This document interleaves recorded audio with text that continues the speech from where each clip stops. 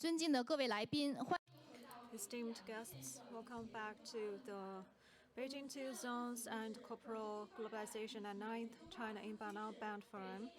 And in this afternoon session, we will start with the Roundtable 2, Advancing Multi-sectoral Stakeholder Partnerships for the 2030 Agenda.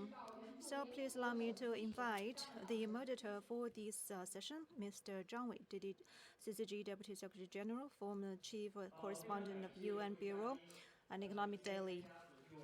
Thank you very much. And this afternoon, the first session is the roundtable around the stakeholders' partnerships for the 2030 Agenda and the global local nexus explained.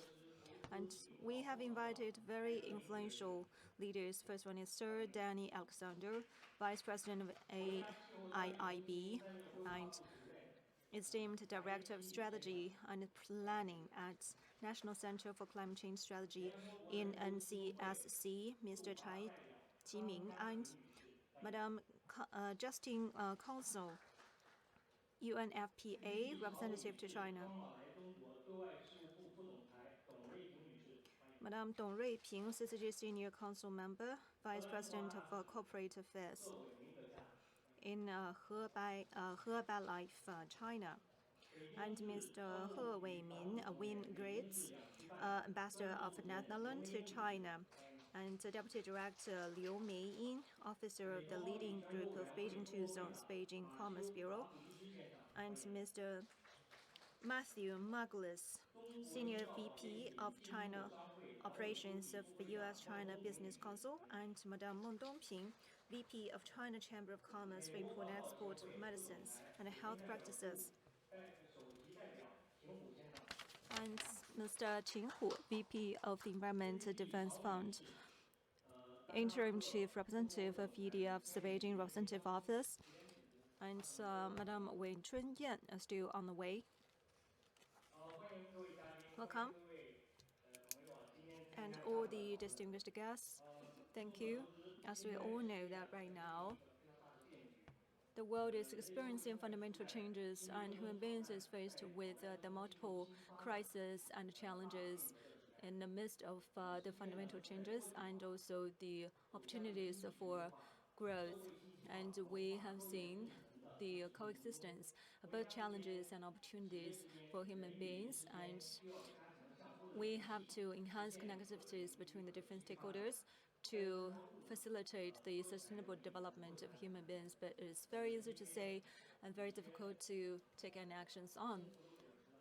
And the fruits would not be rewarded with the convenient efforts. So at this critical moment, pandemic of COVID-19 is spreading very rapidly, causing a lot of problems and confusions around the world. And the world situation was very complex, added by the repeated and frequent disasters, which poses a lot of problems and challenges to us. According to UN, the SDGs 2030 has been set up, and right now 7 years has passed, 5 years to go. A lot of issues has been tackled very well, and still a lot more are awaiting us for tackle. So the organizations and individuals and different stakeholders need to work together to work out a framework of the interconnection to strike the balance and harmonious world with inclusiveness. Today, we have born in our mind with the different visions, with our different backgrounds, identities from different stakeholders, and we are coming from different continents. Each one of us would have the different understanding about globalization, sustainable development. And I myself also want to, first of all, address the panel as the opening remark. I will try to be very brief and try to reach a certain consensus from the CSR to ESG. There must be some good opportunities and tools that can be adopted by the enterprises. And what are they? And some of the enterprises, they have tried good ways and developed the good practices of ESG. So is it possible that they can maintain a certain kind of synergy between each other? And we have already got the SDGs of UN. So there are 17 of them, and which ones from the 17 SDGs should be prioritized? And as a determined supporter, China has made the promises in dual carbon targets acknowledged by the international arena. So under the green development agenda, in terms of the climate change governance, is there any role that could be played by China further in the future? Today, we have invited 10 panelists in the session, and each one of you would take 5 minutes to elaborate on your understanding on ESG to SDG and challenges and the role played by China and so on and so forth. So you don't have to focus on any dedicated topic. You can have a free talk on whatever you want. And 5 minutes for each one of you. And after that, we will have another round of discussion. And you can also raise questions to anyone at present. That would be much more effective and efficient. So first of all, I'd like to invite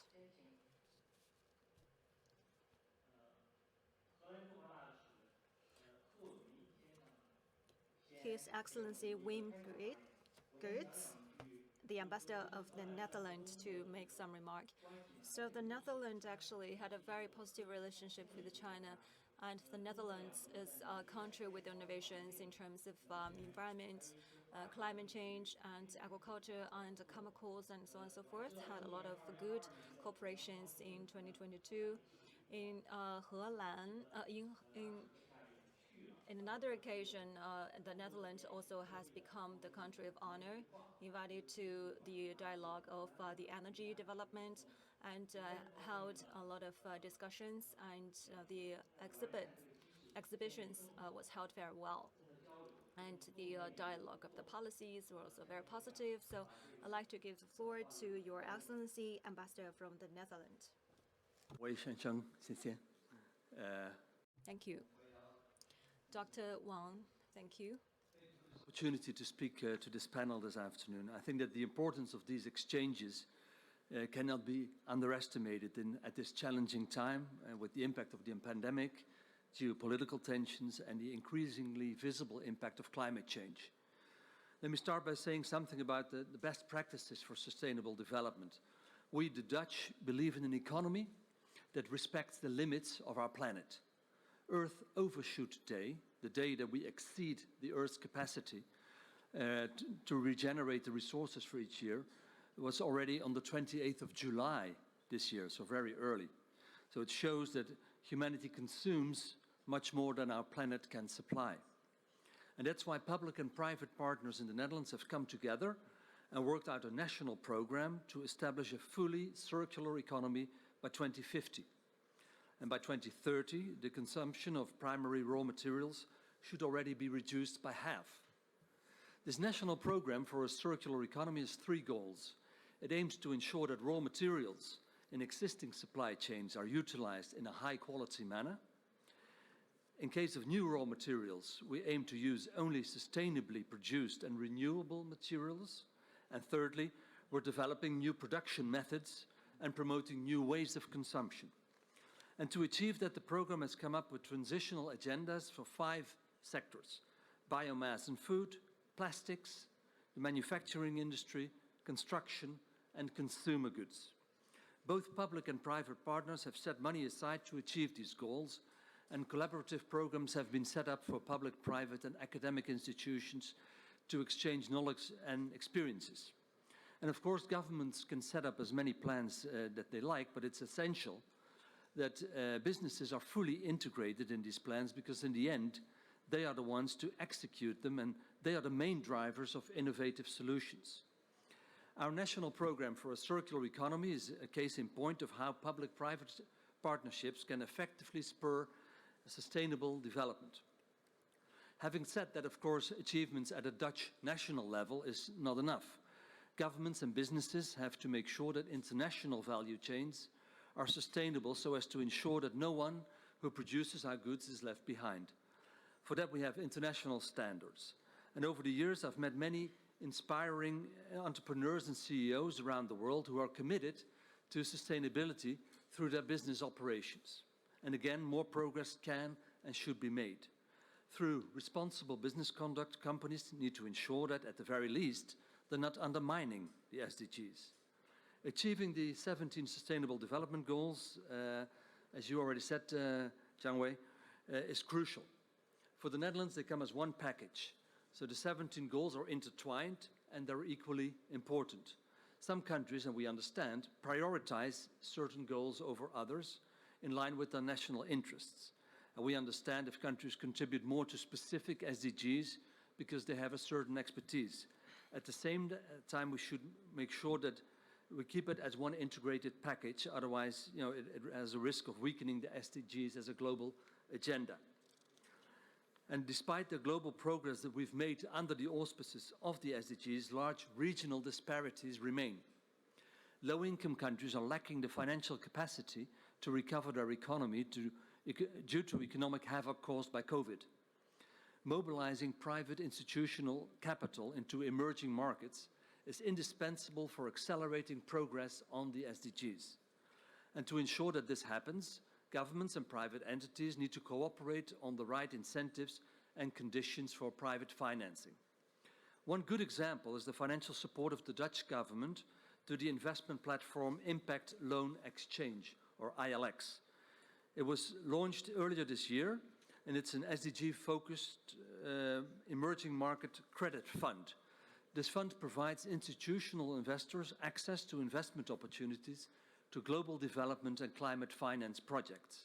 It does so by investing in private sector loans arranged by multilateral development banks and development finance institutions. And Dutch pension funds have already committed over $1 billion to that fund. And that brings me to the last point, climate change, which is probably the most fundamental global challenge that we are all facing. The Netherlands welcomes China's climate ambitions and believes that more needs to be done. It's of utmost importance that all countries commit to a net zero trajectory as soon as possible for CO2 as well as for all other greenhouse gases. And that includes a rapid phasing out of high carbon energy technologies such as coal-fired power plants. We took positive note of China's announcement last year to ultimately phase out domestic coal. At the same time, we're seeing large investments this year to avoid power shortages due to the recent droughts. Major diversification of energy supply towards renewable energy sources is the only credible long-term solution to these problems. The decarbonization process will undoubtedly have an impact on business. Moreover, with the right legal frameworks and the incentives, businesses should be among the key drivers in this transition. But who am I to talk about the effects of decarbonization on businesses while there are a number of well-respected business representatives around the table here? So I leave that question to my fellow panelists. Thank you very much. Thank you, Ambassador, for your remark on the observations from the Netherlands from the transformation, decarbonization. There's a lot of enlightenment that we can receive from your remark, and especially the part regarding businesses. Thank you.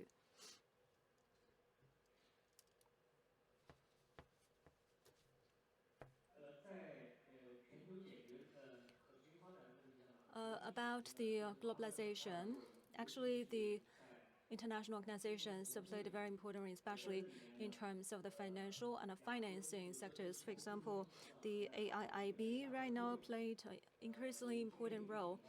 And today we had the honor invited Sir Danny Alexander from AIB, the Vice President, and also want to have your take about the current status of the investment from the AIB on the infrastructure construction projects in the Asia-Pacific region, and also regarding the cooperation projects as well. And also you can share with us whatever points you want to share with us or any suggestions you want to make to this podium. Thank you. Alexander?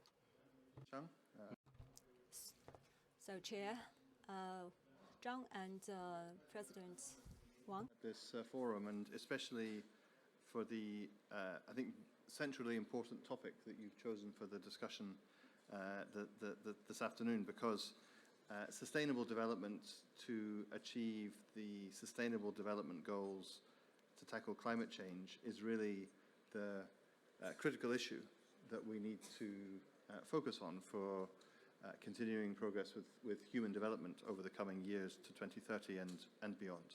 And yet, in the last 2 or 3 years, we have seen, in many cases, some of the key indicators going backwards. The COVID-19 pandemic, the economic effects thereof, and more recently, challenges with high inflation, food shortages, energy prices. All of these things have, unfortunately, adverse effects on poverty and income levels, especially in the lowest income countries around the world. And so focusing on how we can achieve the 17 Sustainable Development Goals through the investments we make, through the cooperation that we have, through the economic development that we seek to generate is a critically important task now to both reverse those trends that we have seen and make sure that we achieve the outcomes for the planet that were foreseen when the Sustainable Development Goals were put into practice.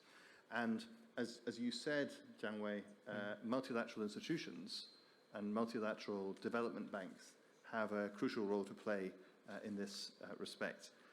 AIB is now a multilateral development bank with 105 members from every continent around the world. We have a focus on investment in infrastructure to support sustainable development of especially low and middle income countries in Asia and beyond. In 2020, we put in place our strategy for this decade, where we focus on investing in what we call infrastructure for tomorrow, which means what is the kind of infrastructure that our members, and especially low and middle income countries, are going to need for the next few decades of their development. And in many cases, that will be different to the needs in the last few decades. And in particular, we identified 4 priority areas, and this has much in common with what the ambassador had to say. And so the first is around climate, and supporting members to make this transition to a lower carbon economic model that is foreseen in the Paris Agreement and then accentuated in the Glasgow Climate Pact and COP26 last year is really a critical priority for AIB. We expect by 2025 at least half of our investments will be climate finance. And we have to give importance both to climate change mitigation, measures to reduce carbon emissions, to transition our energy systems to more renewable sources and so forth. But we also equally have to give a high priority to climate adaptation. Climate change is already with us. We are seeing, for example, this year, floods, droughts, fires here in China, across Europe, and many other countries around the world. And that shows that hundreds of millions of people around the world are already being directly affected by the consequences of climate change. So supporting adaptation and resilience to the changes that are already taking place is another major focus of investment. Alongside that, we have to think about how we can enhance connectivity through infrastructure, enhance trade, and I know connectivity is a crucial agenda also for the CCG.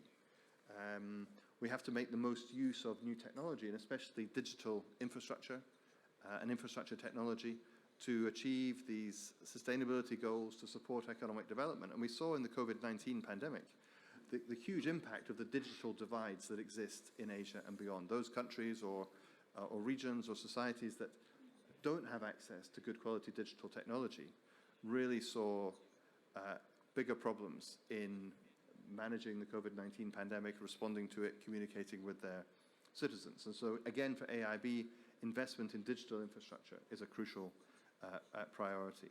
And then lastly, private capital mobilization, because the scale of these challenges in the trillions of dollars of investment needed every year is so huge that government budgets, and especially right now, government budgets which are under pressure because of the many fiscal challenges that almost all countries around the world are facing. Government budgets, public organizations like the AIB cannot do this alone.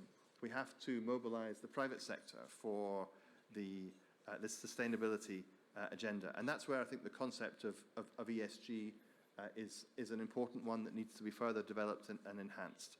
We need to align all of our investments with the Paris Agreement, as AIB is doing and other multilateral development banks are doing, and we need to focus the investments on infrastructure that enhance these sustainability in all its dimensions: financial and economic sustainability, social sustainability, and environmental sustainability.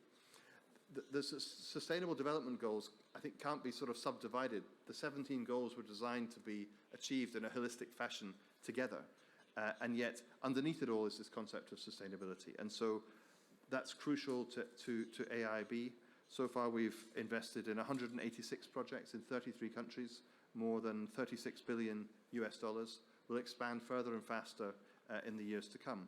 And working with all of you and working with other international institutions and member countries, we hope that we can achieve some impact in helping to move the world in the direction of sustainable development. Thank you. Thank you. You mentioned how to address global challenges, including the COVID, including the natural disasters.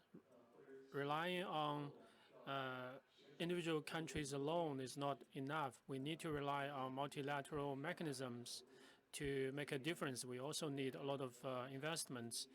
And you mentioned the transition to digital economy, and we also need collaboration for this transition to happen. So just now, the remarks from AIB in multilateral mechanism, UN plays a very important role in addressing some of the challenges. UN is a whole system, so today we are very honored to have with us Ms. Justine Coulson from UNFPA. So in her career, she has done a lot of work in social development, so she has to share her own perspective with us. Now you have the floor. And I think just to start by thanking our co-host, the Center for China and Globalization, and obviously also the Beijing's Leading Group Office for the two zones. So I think for bringing us together today on such an important topic. And I do want to acknowledge the presence of His Excellency Ambassador Geertz of the Netherlands. The Netherlands has been a huge supporter of Agenda 2030, but also particularly on the work of my agency in UNFPA on sexual and reproductive health and rights and gender equality. So I have 3 points and 3 examples today, if time allows. So firstly, if we're thinking about leveraging multi-stakeholder partnerships for sustainable development, the fact is that the involvement of the private sector is not optional, it is essential if we are to deliver the Sustainable Development Goals by 2030. An estimate in 2020 was it will cost an additional $4.2 trillion per year in financing if all developing countries are to achieve the SDGs in full by 2030. And we already know that official development assistance, that the national government resources of those development countries cannot fund that gap. And that was why in 2015, after the Conference on Financing for Development in Addis Ababa, the General Assembly formally recognized that private sector business activity, investment, expertise, and innovation can all be major drivers of sustainable development when done in a way that ensures inclusive growth. So for the UN, it's important to know that the way that we engage with the private sector in terms of advancing the SDGs has evolved considerably since 2015. So last year, the UN Secretary General's Office issued a report on partnerships that recognise that in order to accelerate progress towards the SDGs, we need to move away from a sort of one-off donation-based partnership between the UN and private sector to a much more strategic, multi-sectoral, multi-member partnership that focuses on innovation, scalability, and impact. And that these partnerships need to work over a longer time period rather than just a single short-term event if they're to have sustained impact.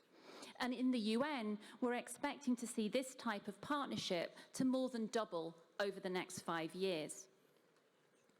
And when we think about the role Chinese private sector business and finance can play in supporting the SDGs in China and beyond China, the scene is already set for greater involvement. So with the Global Development Initiative announced last year by President Xi, China has reinforced its commitment to multilateralism and to accelerating the achievement of the SDGs globally. At the same time, there's clearly a lot of interest amongst the Chinese private sector to be engaged in supporting the SDGs. Almost 600 Chinese companies have signed up to the United Nations Global Compact, which enables companies to contribute to the SDGs both nationally and globally. And when we look at the Dakar Action Plan from last year's Forum for Africa-China Cooperation, often referred to as FOCAC, we see that the governments of China and the African countries calling on Chinese business sector to support sustainable development in Africa by supporting communities, localizing job opportunities, and helping to strengthen public services and address environmental protection. So when we think about these multi-sectoral stakeholder partnerships, I wanted to just give 3 examples from the work that we do as UNFPA around the world. And so, these are private sector multi-sectoral partnerships that advance the SDG 3 on health, but particularly are focused on target 3.1 to reduce global maternal mortality ratio. And I wanted to start with Merck for Mothers. So this is an example of a long-term, focused global initiative launched by a single private sector company, Merck, which has lasted over 10 years and continues today. And it's set out with a specific aim to reduce maternal deaths and improve maternal care. And importantly, although it's a global initiative, it works with local partners to develop local solutions across many countries and communities. And so, for example, in the Philippines, Merck for Mothers works with my team, so UNFPA, and a network of Filipino businesses to introduce workplace health programs that supports vulnerable female workers with information and services that have helped these women to improve their sexual and reproductive health, but importantly, has also helped companies to reduce absenteeism and staff turnover. In Mongolia, we have a geographically focused multi-sectoral partnership that's brought together 3 UN agencies, the Ministry of Health, the Australian Embassy, and the Oyu Tolgoi Mining Company, again to provide health information and services to vulnerable women and young people living in a high-need region, very often in poverty and with low health outputs. And this partnership's continued over 4 years and really has had a measurable impact, not just on the individuals that have received services and information, but on the overall well-being of the communities as a whole. And finally, I wanted to highlight the Kenya Sustainable Development Goal Partnership Platform, as this is really considered an excellent example of leveraging multi-sectoral partnerships to address the SDGs, and was actually developed by the current resident coordinator here in China when he was in Kenya.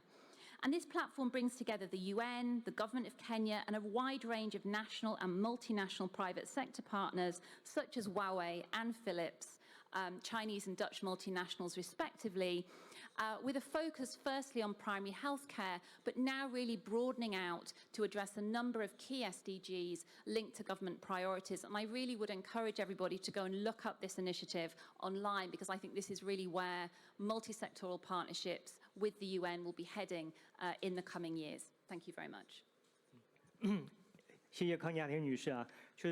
Thank you. As you said, the UN system also needs private sector to partner, to participate. They are a very important force. If we can engage them with them, we can achieve very good synergy. And Chinese companies are also participating in promoting SDGs in China. They are also playing a bigger role globally.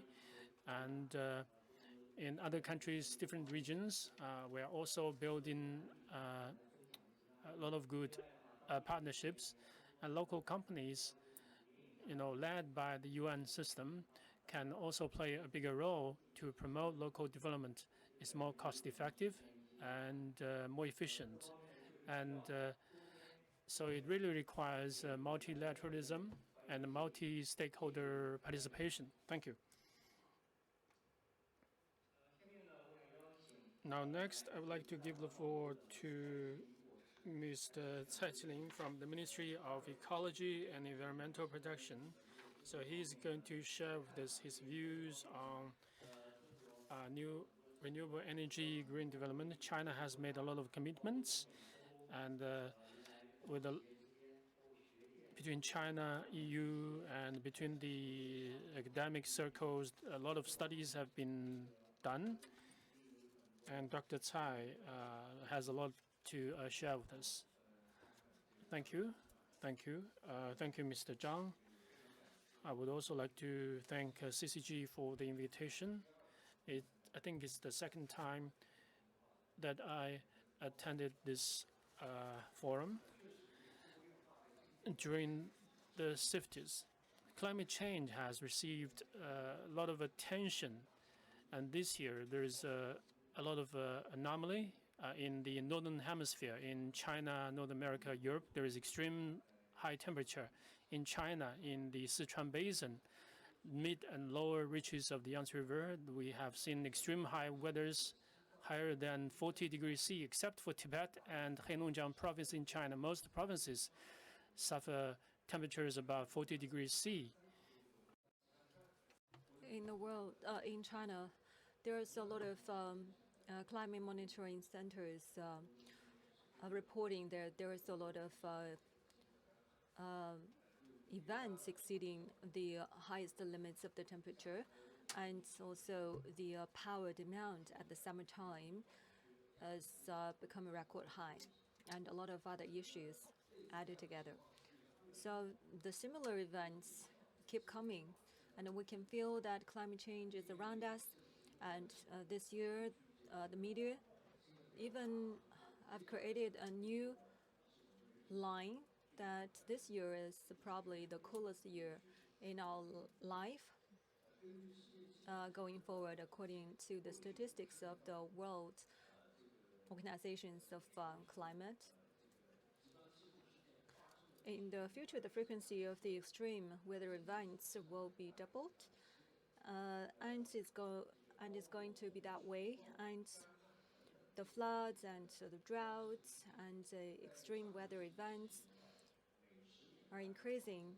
In last century, for 10 years, only 70 extreme climate events were happening. But right now, within 10 years, more than 3,000.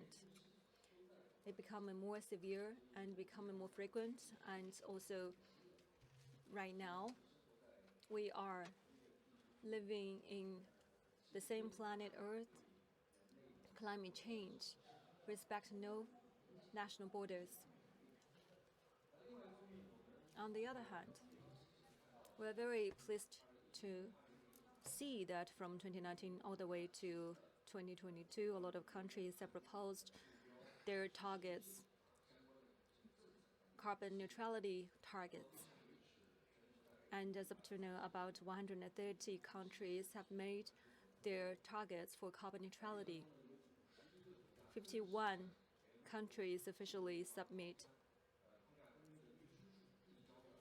their milestones for the low carbon emissions for long-term development to the Secretariat of the UNFCCC, and many of them have made commitments for the future carbon emission reduction and the schedules and timeline, together with the relevant policies. Paris Agreement laid a solid foundation for the execution of these commitments. So from the public or the private sectors, about 760 big companies have made their carbon neutral targets. About 200 of them are Chinese big companies, and many of them have made that commitment prior to 2015. Financial sector, previously Sir Danny Alexander have alluded to this issue about AIIB in 2020. The climate financing reserves already increased by 41%, increased to 41%, and going forward is going to surpass half. So the climate change will play a very important role in finance and vice versa. So conversely, in China, commercial banks, investment banks, and regional policy banks, the government-supported and guided green funds play more and more important role. Of course, another negative side of this good news is that must be problems and challenges roaming around, since there are so many countries proposing their commitments of carbon neutrality, but the emission limits actually has been broken. And we know that in 2020, there's a lot of economic stimulus packages from different countries to get out of the impact from the COVID-19 that lead to the increase of the emissions of carbon. So all of this matters added by the natural disasters. And in a northern hemisphere, we can see the spike in prices of the energies and also the geological disputes also becoming more and more severe. So faced by these challenges, how can we make a good way towards carbon neutrality? There's a lot of voices within the short term, or the problem of short term, if not properly handled and resolved. For example, the spike in prices of the food and energies and inflation rate would also have a very huge and profound influence on the long-term issues. China is always dedicated in the very positive attitudes in response to climate change with our national strategies and policies. Since the targets have been made in 2020, we have set up the climate change policy framework, namely 1+N framework. And we had the financial institutions, and we have the special financial policies from the regulators from China. And at the international level, we have China-Europe Green Partnership, and every year the vice president level conference were held every year, and a lot of work have been done between the heads of states on this issue. And also in Egypt later this year, the COP27 will be held in response to how to make the solutions to these questions and challenges. Thank you. Mr. Cai. Yes, like you have alluded to tackle the climate change and to reach the carbon goals and to reach the SDGs by 2030 and the carbon peaking and carbon neutrality ambitions.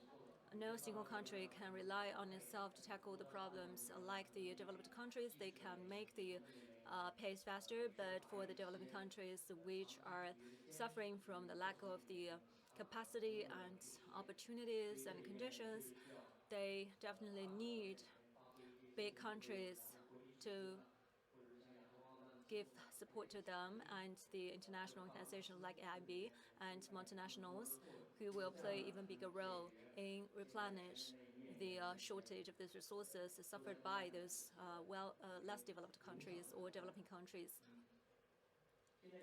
With that, finished by the national strategies and how to realize innovation and the different efforts from all walks of life. Beijing has been taken as the test field for a lot of policies from the government. We have a two-zone development trials for this past years, so we have accumulated some experiences. And today we had the honor to have Deputy Director from the Office of the Leading Group of Beijing Two Zone from Beijing Commerce Bureau, Madame Liu. And she's been engaged in the concrete work of the development of Two Zone. And you must have a lot to share with us the highlights of Two Zone from Beijing perspective. Thank you. I'm very honored to be invited to the forum the third time by CCG, and I think this is a truly internationalized forum. And I truly feel very honored to be part of the conversation. And this platform is very challenging last year. There is a remark, well, and only 6 allocated to me, and I have taken already 30 seconds. And probably you'll be very curious, what is the definition of two zones? And I'd like to share my understanding about sustainable development from different aspects. If time allows, I will dwell upon a little bit more. And the first one is that I think from the two zones perspective right now, Beijing is doing its zone support the sustainable development of the nation.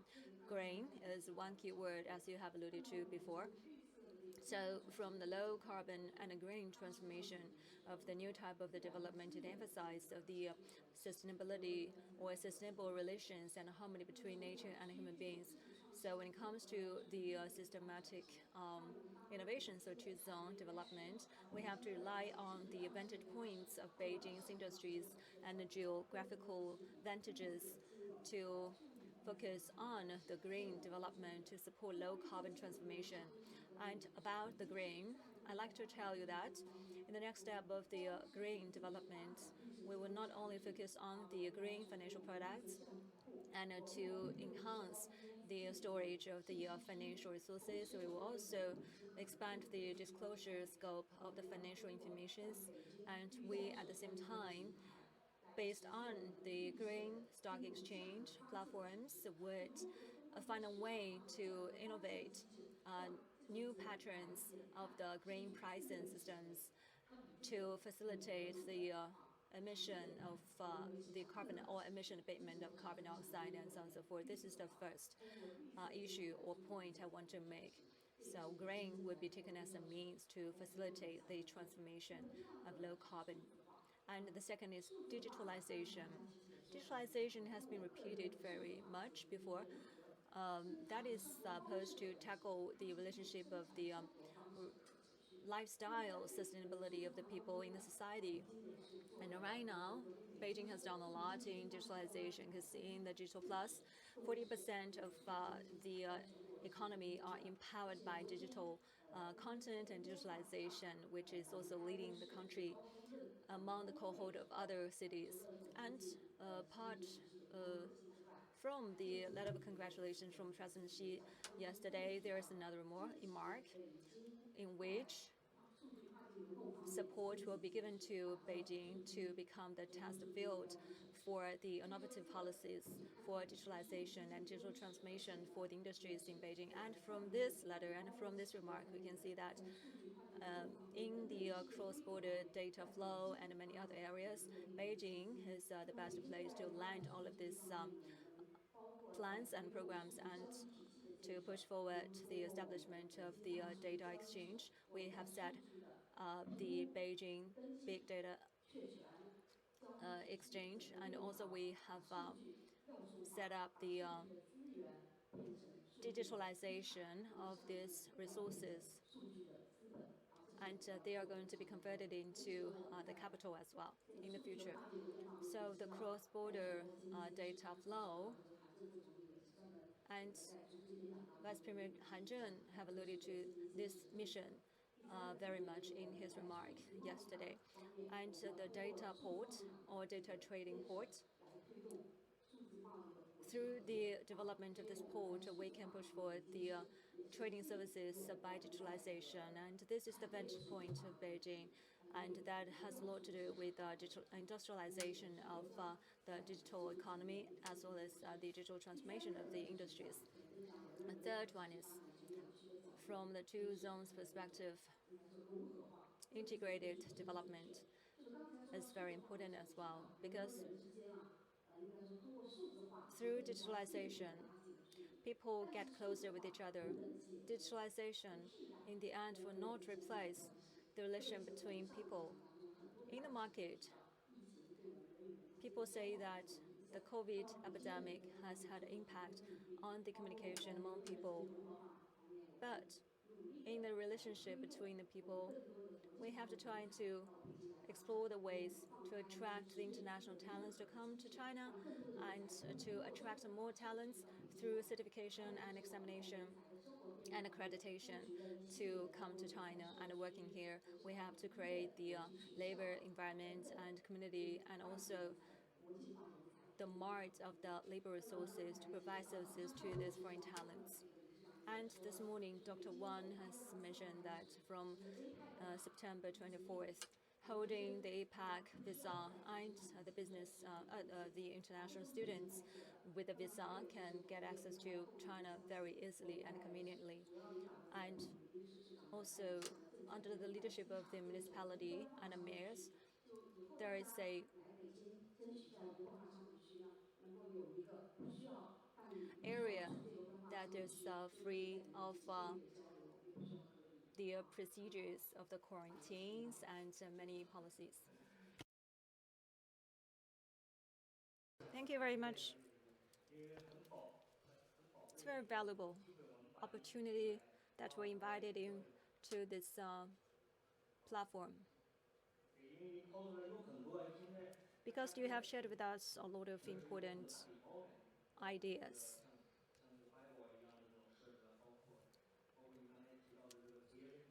Like the accreditation of the talents and so on and so forth. You can dwell upon this part a little bit. Yes, I strictly control my time within 6 minutes. And so if time allows and if you feel good, I can take up more time. Yes. Yes, then Dr. Wang must be very interested in your talk. Yes, good. Yes, it's good to throw something as a teaser and followed by more conversations. Yes, a lot of issues could be elaborated more. So, for major countries to have good relations is very important for addressing global challenges. We have invited senior Mr. Matthew Margulis, Senior Vice President of China Operations for the U.S.-China Business Council. You've been working in this area for many years. The U.S.-China Business Council is one of the few organizations that can really contribute to U.S.-China relations. So, in terms of promoting China-U.S. business cooperations to reduce uncertainties, so we would like to share your wisdom. Start by thanking CCG for hosting this important discussion today. It's a pleasure to participate on this panel with so many esteemed colleagues, and really appreciated hearing from all of them and frankly learning from everybody that's spoken so far and from all the subsequent speakers. I look forward to their remarks as well. I'll plan to focus my remarks on ESG for American corporates, and more specifically climate cooperation, and then to go maybe a degree even further is climate cooperation between the United States and China. I'm guilty of being biased a little bit for a bilateral U.S.-China view of things, but after all, the U.S. and China are the world's two largest carbon emitters, and so getting it right on a bilateral basis greatly affects everyone and benefits everyone. I believe we've seen, or most of us have seen, climate-related developments recently, whether that's in Chongqing in Pakistan or weather disasters across the world the last few years, and so good climate governance for corporates is essential to achieving CSR, ESG, and SDG goals, which is really the overall framing of this panel in which all of us individually are important stakeholders. As the bilateral U.S.-China relationship really has entered a period of pretty great uncertainty, climate cooperation can and should be one area of stability and future promise. Not only do you have shared imperatives and desires of the people of both countries for greater decarbonization and sustainability solutions, but you also have strong production and innovation capacities, R&D ecosystems, and robust financial markets to really support the full value chain of investing and decarbonization activity in both the United States and China. But in order to achieve success, there are a few areas in which we can strengthen cooperation and achieve shared goals. From the perspective of a bilateral business council, we believe not only the U.S. and China's governments, but most importantly, our business communities really do have a major role to play here. First could be strengthening local level cooperation between our companies and whether that's provincial or state governments, subnational governments across China and the United States. This can help lay a framework for cooperation by setting the appropriate political tone that's really necessary today and providing signals of the importance of both countries working together on climate challenges. And second could be building on how we can better position U.S. companies as partners in China's decarbonization efforts. After all, carbon emissions and climate change are not limited by borders, so clearly cooperation and competition, to be honest, will help drive the best and most efficient economic results impacting us all. Through subnational partnerships, localities can better understand the practical challenges their counterparts are facing, whether that's case studies on utilizing new technologies and monitoring systems for protecting against climate change-induced extreme weather events that have appeared across the world, best practices for adopting renewable energies and securing the grid to power cities, or even methods to improve energy throughput to avoid capacity disruptions while still meeting emissions targets. In looking at our business communities, I'd like to offer some ideas that cover what deeper U.S.-China climate collaboration might look like. And we are all aware that Chinese stakeholders up and down the value chain continue to explore alternatives to coal and high emissions energy sources, as well as decarbonization solutions. Just looking at the facts, China's total coal consumption dropped every month for the last 12 months between June 2021 and 2022, with the largest year-over-year drop in at least a decade. If you look at China's steel sector, which I think contributes about 15% of the country's carbon emissions, state-owned giants have announced roadmaps to reach carbon neutrality ahead of China's national targets, similar for coal power generators and also in the construction sector as well. American companies are primed to share their expertise and experience to work with Chinese counterparts adapted to the local environment. In addition, U.S. companies are not newcomers to working with local partners here on various climate initiatives. One of those is carbon capture, and that's happened for well over a decade now, combining the efforts of U.S. companies and research institutes, both from within China and without. In recent years, companies have begun to move that carbon capture cooperation from research into capacity building, assisting Chinese demonstration projects, including MOUs that have been signed to advance U.S. participation with at least 6 CCUS projects in China, and notable projects with international cooperation have taken shape in Sichuan and Jilin over the last few years. In other fields, increasing energy efficiency across industrial or commercial supply chains is another area for collaboration. Recently in China, in the last 12 months, we've seen the tricky balance of electricity supply and climate targets, including the dual control energy consumption and energy intensity targets.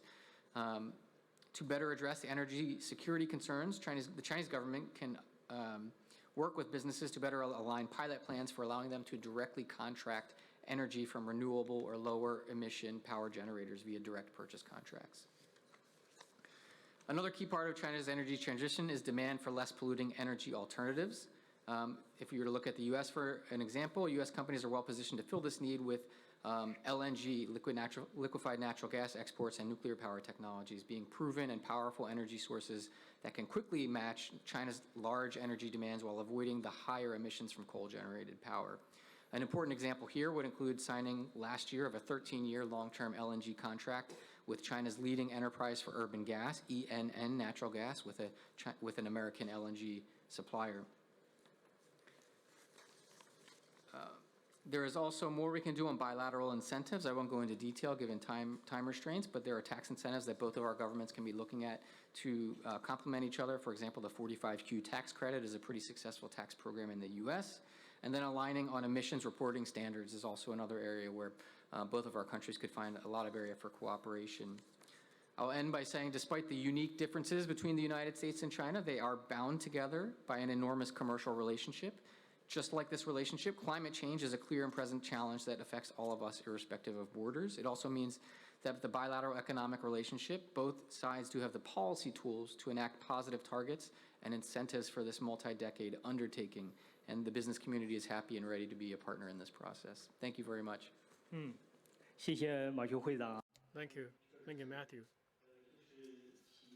Indeed, there are many areas for cooperation. Technology-wise, more than 100 years ago, mobile first started their operations in China. They were deeply engaged in the modernization of energy in China. There are still a lot of work that can be done For companies to really be successful, we need a very successful environment, very good environment. If we can address the fundamentals well, there is still huge potential. I would say the road is long and twisted, but the future is bright. We should not be too pessimistic, because I think everyone has a responsibility. No country can be spared. If the climate change, there will be no borders. All countries, all regions, all cities, all sectors will be affected.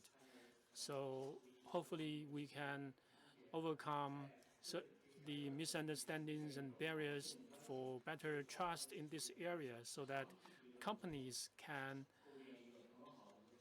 cooperate in the long run. Thank you. So following this topic, I would like to continue to say what are the interesting points in the environmental protection. And we have Mr. Qing Hu, Vice President of the Environmental Defense Fund in Beijing. So maybe from the perspective of your area, what can U.S. and China cooperate in the different sectors? What are the opportunities and what suggestions do you have? Thank you. Thank you, Mr. Zhang. I would like to thank CCG for inviting me to attend this roundtable. It's the first time for me to attend, and a lot of the topics are something that we've been working in our work. In the opening remarks, the moderator asked, what is the target that we can work more effectively on? Climate change is one of the most important targets in all the SDGs, and climate change has a very close relations with other SDGs, and we can feel, and as many speakers mentioned, that we have felt personally the impact from climate. You know, the high temperature has a major impact on people's physical and mental conditions, and also huge impact on agricultural production. And some very important measures to mitigate climate change regarding poverty and infrastructure are also very important. So we need to consider all the SDGs as a whole, but climate change is particularly important. And in terms of urgency of the actions, we have lots of challenges.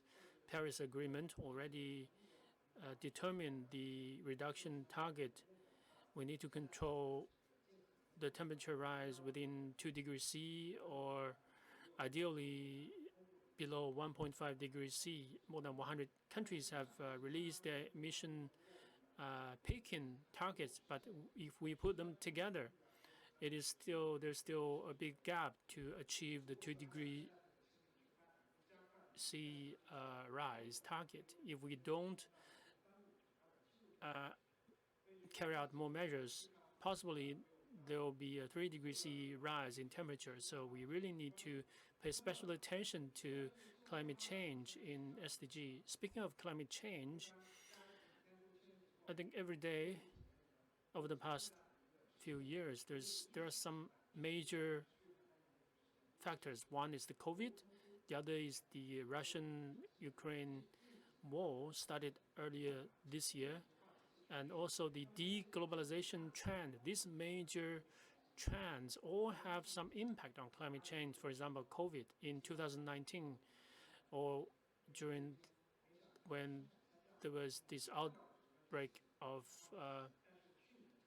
COVID, manufacturing operations declined. We saw decline of emission, but then soon after we saw 66% in the emission.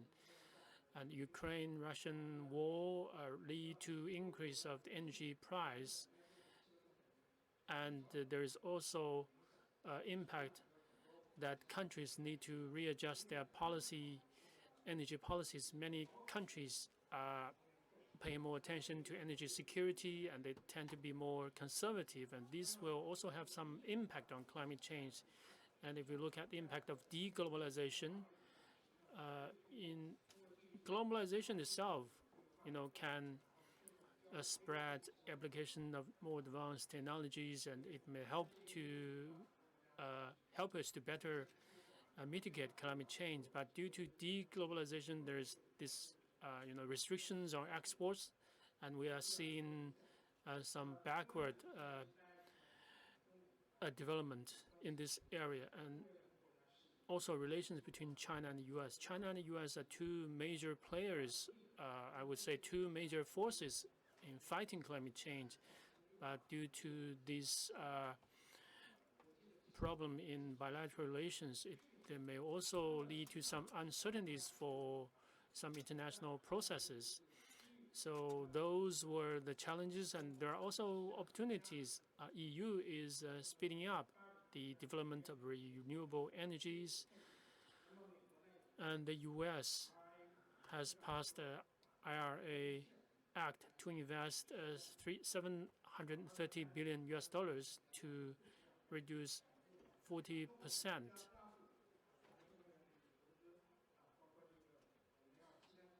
consumption of by 2030, and China is going to achieve the target of installation target for PV power.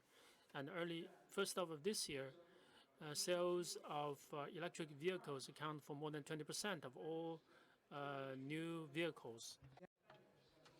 So 3 years before 2030, China can guarantee the accomplishment of carbon peaking.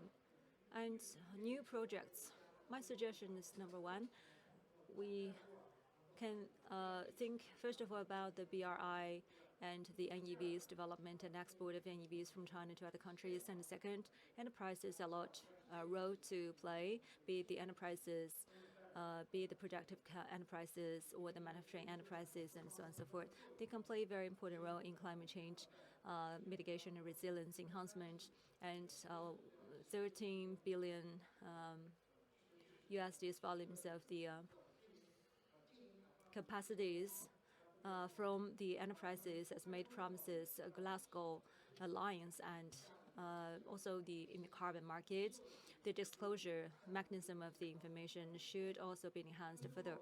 Last but not least, because I'm with the development Environment Defense, which is an NGO, and during the process, NGO can play a positive role as well, because we're not a so-called international organization, but we are actually a non-government organization, and we can support the efforts from the international organizations by providing our proposals. For example, in terms of the green finance in 2008, we've been exploring the ways as to what kind of tools and what kind of means could be adopted to detect the risks about the climate change and the opportunities brought by the risks. So I think the methane control, and we also have provided some proposals as well. So thank you, Mr. Qin, for your information. Here you have shared with us the ideas that the roles need to be shared by the government and enterprises.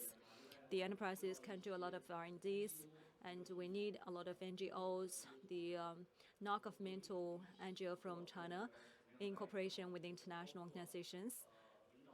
We need guidances, we need standardization, we need rulemaking. We need to make breakthroughs and crack down the barriers between China and other countries, and to also clarify the uncertainties, because in the future, the counter-globalization will increase the prices, because it means that you would produce everything, basically everything you need, and that will increase the carbon emissions as well. So due to the COVID and due to the escalation of the geopolitical issues and tensions, what we need to concern first is to prioritize the issues that would interest us and that would have a lot to do with us most. So the NGOs and international organizations could play a very, very tremendously positive role in here, and their roles is to adopt the possible technology to use the low-hanging fruits, harmony, integration, and blending, as alluded to by Madame Liu previously. This is the preconditions for us to reach the dual carbon targets. Thank you very much.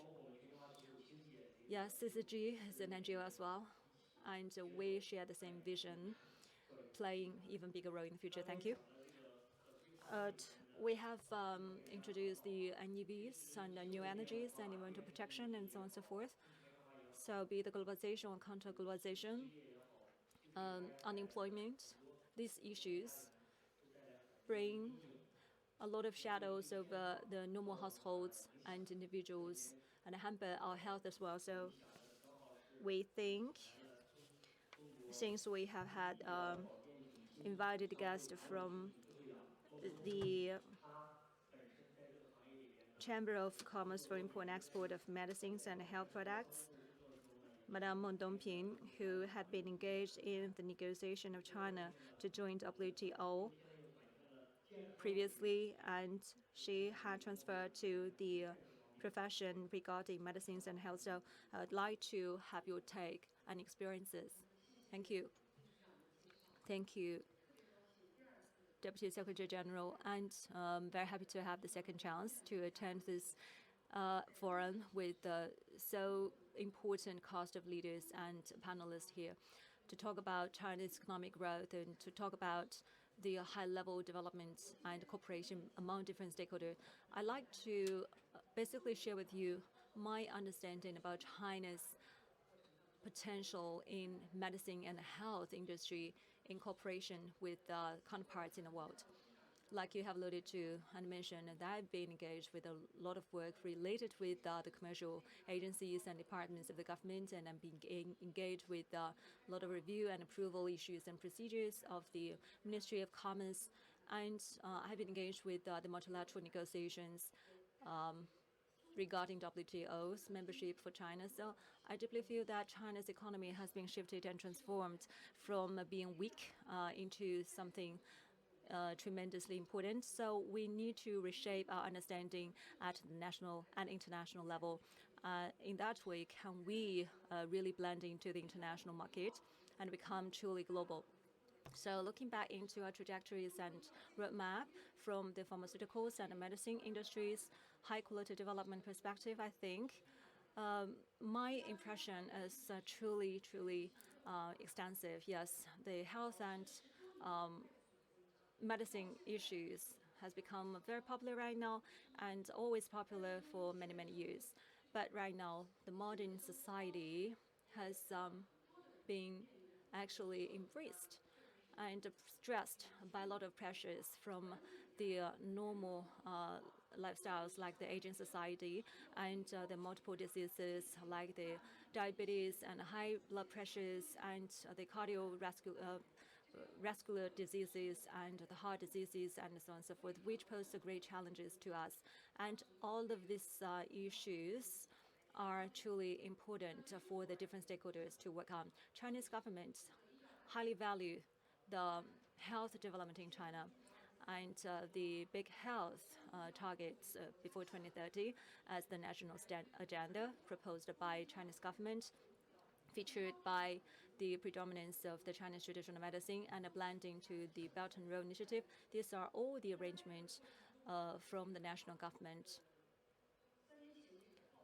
So after the outbreak of the COVID, almost 3 years ago, the public health has been highly challenged. And I myself been engaged with and participated into the control and prevention of the COVID and making and review of the white lists and making of the policies to prevent and control the diseases.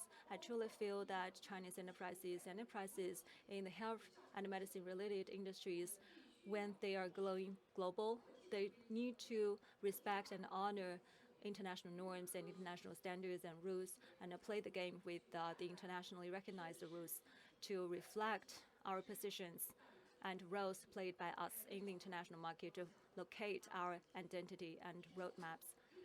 So taking the pharmaceutical and medicine market as an example, which is a very extensive, very spacious area, if you're interested, I'd like to share with you different aspects of these issues after the meeting. Well, what enlightened me most is that the coverage of the medicines and health is very extensive, not only in the trade in goods, but already extended into trading services. We truly feel that the traditional goods trade or trade in goods has been fundamentally reshuffled, and the connotation and also the look of the trading goods has been fundamentally changed.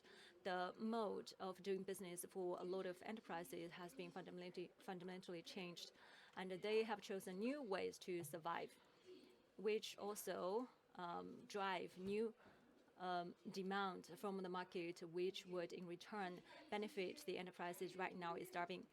And the stability and sustainability can be guaranteed, but need to be explored and cared by the enterprises and many countries, which is also the commonly cared issue by a lot of countries and stakeholders right now.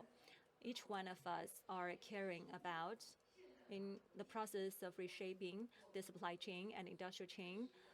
How can we survive these challenges?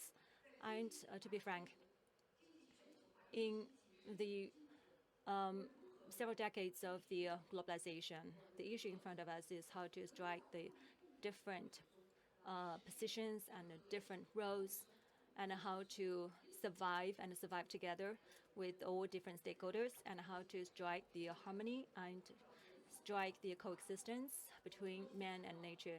We are happy to see that the policy from Chinese government are issued around the shortfalls of China and the green sustainable development targets, and Chinese government are making up for the loopholes for these areas. For example, the material-based drugs is taking a lot of chunk of the international market, but due to the special features, especially the preparations for the CPIs is very, very complex, and the procedures of the review and approval is also very, very strict and very stringent. In order to speed up the transformation of the enterprises, we have to cope with those ever-changing challenges, but we're happy to see that the line ministries have issued a series of policies and documents to facilitate this transformation. And recently, the BI also have received the first green carbon license lately, and that truly showed the benefit from China's governmental policies and documents, which can as well benefit foreign companies in the same way. So we rely very heavily on the policies from the government. And when the industrial threshold is very high and highly specialized, at this background, how can we be differentiated with other counterparts and peers in the international industry, especially against the background of the COVID epidemic, which care health ever more than before, and this is an issue touching upon different extensive areas. Well, if really I have more time, I can talk about this issue for a lot more time. And yesterday we had another occasion in Shanghai, and this is a very good opportunity because we have friends from China. They also are fond of and very curious about China's traditional medicines in terms of the process of the diagnosis and treatment of certain special diseases in a very efficient way by using Chinese preparations and Chinese traditional medicines and treatment processes. So I think we have a lot to offer. We have a lot of resources, and we have a lot of humanities, and we have a very enriched background of cultures, and truly hope that we can communicate and explore with all of you in this regard. And the medical equipment supported by AI and digitalization, which has been speeded up by COVID-19 epidemic, and which can also be extensively, more than ever, in more extensive industries. So as long as we are carrying this industry and doing practice in this industry, it is necessary for us to look into the true connotation and also the logics in this industry in the future. We have to do what we can, and we have to clarify our targets, dual carbon targets in front of us to keep the balance and the coexistence between man and nature, and the healthy and greener and sustainable environment. As long as we can do that, all the industries and all the subcategories and sub-industries and sectors in the society can benefit from this process. Thank you. Thank you. Yes, you have mentioned that we need to take global position to look into the going global process of Chinese enterprises. And the digital technologies also need to be taken as a very important means and aspect to accelerate that process. At the same time, the current pharmaceuticals versus the traditional medicines, there must be a way for the combination of these two. And previously, there are some processes of the treatment and acupuncture, for example, and some other processes of the treatment. We can find something in common between Chinese traditional medicine and Western medicines processes and the treatment to reach consensus and agreement between each other. Thank you. So right now you have become the vice president of the Chamber of Commerce. So with that, I'd like to invite another leader, Anxia Wei, CCG Senior Council Member and Vice President of Government Affairs from the Danahe, China. And also your job is actually the cross the different sectors, including the governmental issues and also the affairs from the businesses. Please share with us your ideas. Thank you. My speech would be related to Mr. Meng, Ms. Liu, and Matthew. So on behalf of multilateral companies multinational companies in China in this big context where there's a lot of uncertainties, it's a pleasure to speak on behalf of multinational companies. I attended the opening ceremony of the CIFTIS this year.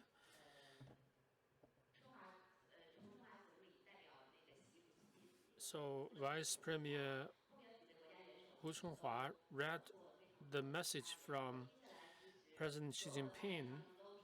So many people talked about food security, energy, and security of supply chain. So still there is a lot of confidence in the China market, although we are faced with many challenges.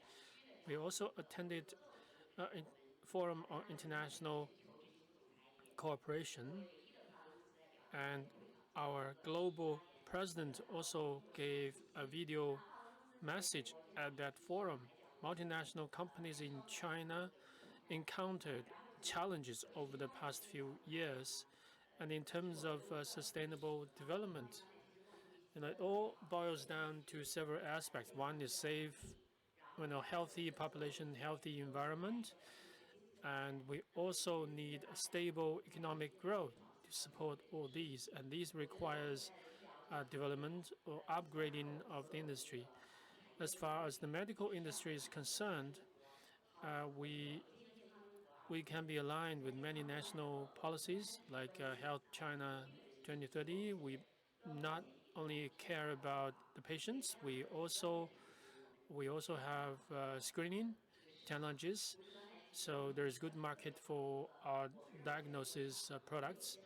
And in China, we also have some first mover advantage. That is digitization, internet, medicine, and some solutions based on big data. So our innovation in China may lead our innovation globally. So we pay a lot of attention to digitization strategies. Secondly, healthy environment. We also have environmental solutions. We pay attention to the health of water bodies and environment, and also water qualities. So we are well aligned with President Xi's famous saying green is gold, and we also we see there's a lot of national investment in revitalizing the countryside. So in terms of improving the environment, my company believes that there's huge market to be tapped. And last, the most exciting area, as mentioned by Mr. Meng, the biomedicine in China, there's a lot of potential, like a gene therapy and the cell monopy. We provide equipments and technology solutions and consumable supplies. So we see a lot of potential in China in this area. So biomedicine, in the R&D, there are special substance. So we look forward to understand more about the whitelist in the two zones. We hope to, encourage more multinational companies who want to expand their manufacturing operations in China. So under the general backdrop of biosecurity, there are special measures for development of special substance. I think this is very good for the development of the industry. Multinational companies, in the context of deglobalization, we have to think about the distribution of operations globally. So we have this 80% principle. The first 80% is that now we have 4.5 billion businesses is in China.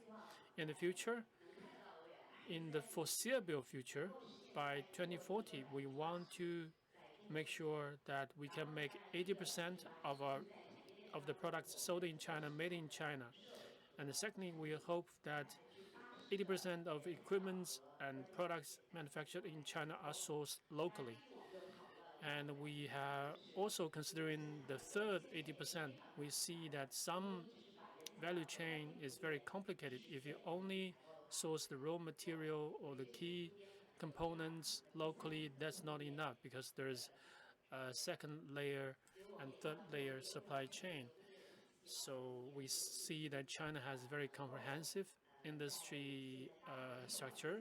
So we are confident that even in this context, we want to make sure that our business in China can continue to grow healthily. But hopefully, we hope that the globalization can still go back to the right track, which we have been used to over decades, so that in China and the US, we can achieve sustainable development. Many strategies we adopt today are something that we have to do. Thank you. Thank you for sharing your innovative moves. Recently, many speakers talked about deglobalization. We are CCG are very interested in this topic to address global challenges. We still need globalization, but will globalization continue as the old way? There may be a new direction for globalization. Different groups, different countries, people with different backgrounds. I would say cooperation is still the ultimate goal because fighting cannot solve any problem. It will only make the situation worse. So we need an effective global governance mechanism. So in all of these, multinational companies are very important vehicle for building better relations for American or European companies. Other Asian companies are very important ballast for building positive relations. That's our belief. I would like to thank CCG, UNDPC have done a lot of good work in this area. There are lots of other interesting questions that I would like to talk with you later. So next, I give the floor to Ms. Dong Ruiping from the Herbalife China. So she's worked in many companies. So in terms of environment, corporate social responsibility, and creation of jobs, I think you have a lot to share. Welcome. Thank you. I would like to thank CCG. I would like to thank Ms. Zhang for the invitation. I'm from Herbalife. We are an American lifestyle and nutrition company. We entered China since 1998. So Mr. Zhang asked me to share our understanding of sustainable development. So from my perspective, we see it from 4 points. One is in terms of business. In our conversation, so he said that there's a change to the competition. So if the companies want to be responsible for the shareholders, to the consumers, we still need to continue to innovate, to adapt to the new market environment. For example, innovation in terms of technology and products, in terms of service model and business model. All these are key elements to make our business sustainable. Secondly is our contribution to environmental sustainability. For example, in our operations and business operations for water, air, energy, and soil, we want to minimize our impact on all these. And Herbalife, in our business operations, we have done a lot of work, but I will skip the details. And thirdly, in terms of social responsibility, that is to say, our responsibility to the community in terms of impacting the environment.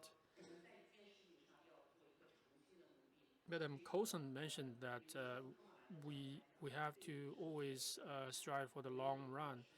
For communities, we have projects lasting for 13 years. We pay attention to particular group. For example, we work in the area of nutrition. We work with some international organizations, WFP, organizations like Feed the Children Hunger Program, and some Chinese NGOs. We work with these organizations to pay attention to SDG 2, nutrition and zero hunger. We work for a long time to try to address this social issue. And also, Ambassador Gertz also mentioned the point. So for SDGs, we try to reach agreement to promote the legislation. So in terms of social responsibility, we need to rely on our expertise to work with social organizations and governments to promote the addressing certain social issues. And thirdly, in terms of corporate governance, at the board level and different geographic regions, we strengthen corporate governance. And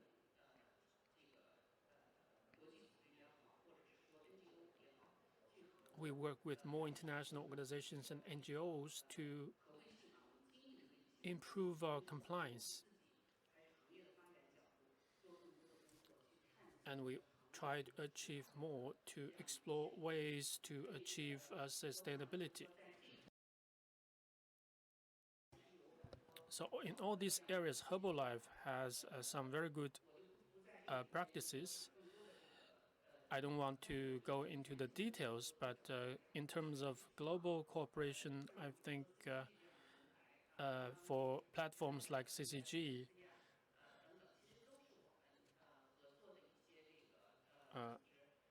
organizations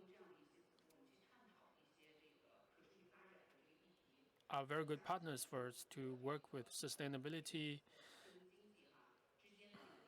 can strengthen relations between government and enterprises to try to achieve SDGs.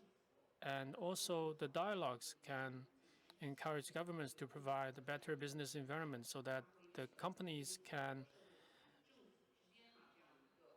serve as a bridge between social organizations and governments to promote scientific innovation and contribute to the mankind. So from the business perspective, from the perspective of government, we play an important role.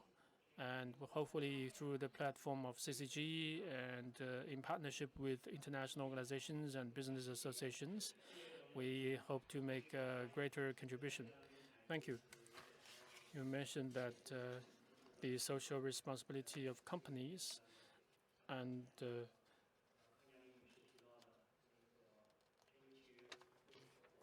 Madam Kang mentioned the Global Pact. So the organizations, international organizations, need the support of corporate companies, especially multinational companies, because international organizations have limited resources. We need the engagement of private sector, communities, and cities. We need to have these common goals among the people. So we have a very diverse contribution from government departments, UN system, international organizations, ambassador, and also leaders from the Beijing Two-Zone office, and also head of trade association, representative of a U.S. organization. So from different perspectives, they shared with us their views on how to better utilize innovation, scientific innovation, institutional innovation to better contribute to improvement of environment and the society so as to achieve sustainability. So very constructive discussion at this forum, at this round table. And I look forward to opportunities in the future to talk with you. So it's almost time for the round table 2. Thank you for attending. And I invite our speakers to come up to the stage for a group photo.